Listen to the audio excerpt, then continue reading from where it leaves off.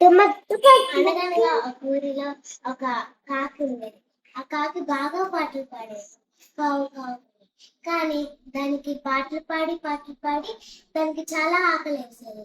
ఒకరోజు నాకు ఆకలేస్తుందని ఆ అడవి మొత్తం తిరిగింది.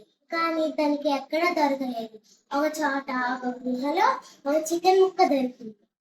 దాన్ని ఆనందంతో దాన్ని తన నోటితో పట్టుకొని దాన్ని తీసుకెళ్తే ఒక నక్క వచ్చి నాకు చాలా ఆకలేస్తుంది, నువ్వు నాకు ఇస్తావా అని అడిగింది.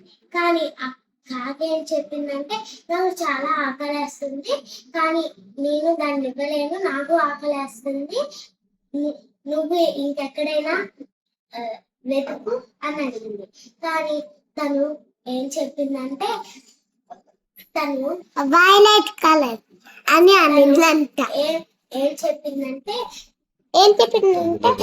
నువ్వు పాటలు బాగా పాడతావు కదా, నాకు ఒకసారి నీ పాట ఏంటి అంది. కానీ కాకేం చేసిందంటే ఏమనుకుందంటే అవును నేను చాలా బాగా పాడతాను కదా, ఒకసారి బాగా పాటలు పాడాలని నోరు తెరిచింది.